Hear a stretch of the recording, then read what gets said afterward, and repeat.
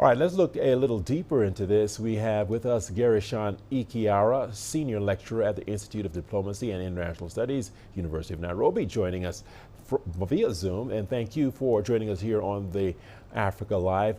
The Chinese Foreign Ministry has announced that 89 multilateral cooperation agreements were made at this forum in areas of interconnectivity, green development, digital economy, and of course, clean governance. My question to you, how critical are these sectors for the African countries involved?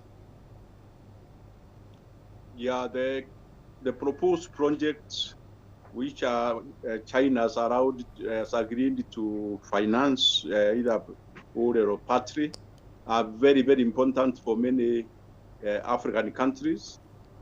And already we know that BRI has been getting implemented in a number of countries in Africa in the last 10 or 15 years.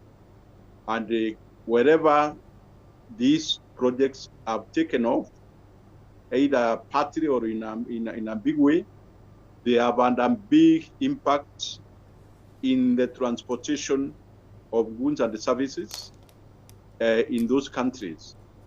So the number that you are mentioning is a reflection of how much African countries have appreciated the project which are already can be seen in our countries.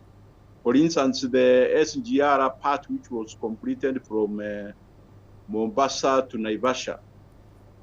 At first, some people are a bit critical, skeptical about its impact, but today, the impact of that section from Mombasa to Naivasha has made many people realize that extending that railway to the rest of Kenya and East Africa is very critical.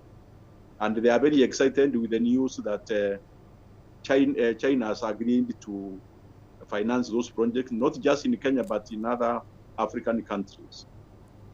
All right, Gerisshon Ikiara, important critical advantages of the BRI there.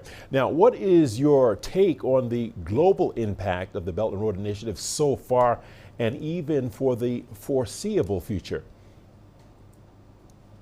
Clearly, the BRI is something that is changing the whole world, not just Africa, because I think quite a number of countries today in Africa, in Asia, some in Europe have already implemented some parts of the BRI program.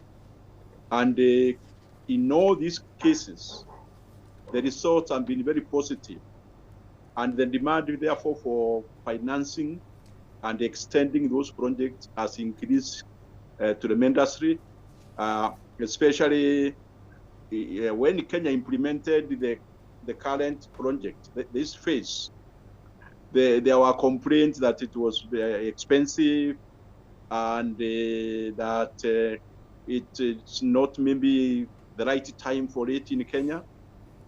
But the impact of that section, together with what has happened in other countries like Ethiopia, which was able to implement a bigger part of their infrastructure, has convinced Kenya and many other African countries that this is an important area for both the politicians as well as businessmen and the general public.